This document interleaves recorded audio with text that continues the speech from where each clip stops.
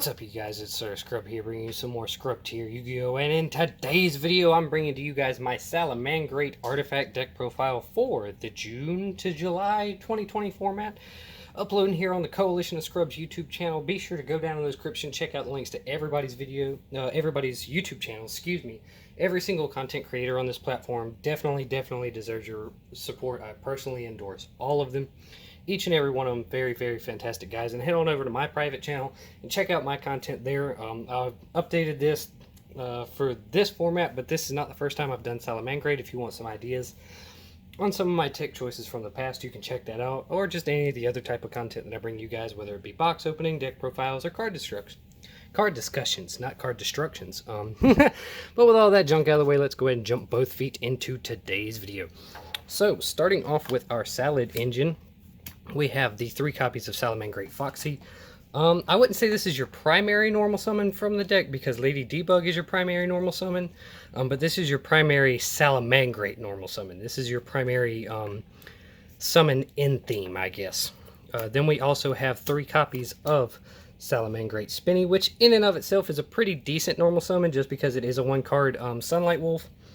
It's a free extender, it's graveyard setup, it's just a, well, it's not really graveyard setup, but it allows you to get your plays rolling, it allows you to get access to your Banelinks and start your whole day off, I guess. Then for the one-ofs, we have, of course, Gazelle, Jaguar, Falco, and Fowl. All of them respectable one-ofs. I've thought about bumping Fowl up to 2, but with the new addition of Parallel Exceed, 2 Foul really isn't necessary, so yeah. But that's it for our Salad engine. Pretty tight, pretty compact, just like Salad's pretty much always been. Then we have, of course, our 3 copies of Lady Debug, the primary normal summon of the deck. Just because this card gets you to your Gazelle, which gets your whole, like, shebang started. It gets your whole engine off the ground. And it also gives you access to Lady Debug. So in and of itself, this is probably the best normal summon for the deck, because this is what you want to be able to get your plays off 9 times out of 10. And then, like I mentioned earlier, we do also have the new edition straight out of Eternity Code for Parallel Exceed. Now, I would consider this list particularly budget, because I do not have access to Access Code Talker, funnily enough, so we kind of have to play a more resource-heavy game, and Parallel Exceed helps you to make rank 4s to help keep the pressure on your opponent, and it's a really good budget card. Then we have 3 copies of Ash Blossom Enjoy Spring. Primary hand trap, one of the 2 hand traps that we're playing in this deck. It's just a good generic all the way around hand trap. It's one of those cards that is just really good against everything. I mean, we all know why this card is good, so I really don't have to keep preaching on it anymore. Then for our last monster, we have the 1 copy of Artifact Scythe, and then the resulting Sanctums to go with it. We're playing 3 Sanctum, 2 Trap Trick, which is pretty much my standard ratio. I feel like 5 players to 1 brick is a good ratio. I don't really feel like the 3rd Trap Trick is really necessary. Though you could play the 3rd Trap Trick to boost the consistency of the engine if you really wanted to. I just don't feel like it's an absolute requirement. But of course, this is a blowout. Scythe is just one of those cards that when it hits the field, your opponent pretty much has to have an answer for it, or they're going to have their turn ended if they're a combo deck of any shape, form, or capacity. But if you happen to play against other, or against back row decks, specifically things like Guru Control and Altergeist that really don't care about their extra deck, this gives you 6 side deck slots immediately. You can just immediately take these cards out, and boom, there you go. You've got basically half your side deck put in. Moving into the rest of our trap cards, we have 3 copies of Infinite Impermanence. Now, this is the most expensive card in the deck. And Imperm is one of those cards to where I held off personally on getting my playset for quite some time. But this is one of those cards that I feel like with a deck like Salamangreat, if you're going to invest in a cheaper deck like this, going ahead and biting the bullet and getting the infibs is really worth it, honestly. It's just one of those cards that it can be a game changer, and if your opponent doesn't play intelligently when it's present, it can really carry games on its own. I've known a lot of people to lose a game simply because they forgot about Impermanence's effect to negate back row and played something really important right into the zone. So there's that. Then we have my Scrub Tier tech for this deck, which is going to be 2 copies of Crackdown. Crackdown is a really interesting form of interruption. Just taking away key combo pieces from your opponent and putting them in a place to where they're basically unreachable, to where your opponent has to have the back row hate to answer the Crackdown. Otherwise, they just lose that card. And it can be highly impactful against decks like, say, Eldritch, that really needs their Golden Lord to stay on the field.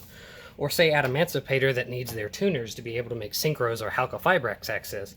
You can just snatch those away and say, nope, you don't really need those. So there's that. Then we have 2 copies of Roar and 1 copy of Rage. I go back and forth with my ratios on this, but I just feel like in this format, the Omni Negate that Roar offers you is just a little bit more impactful than the Rage.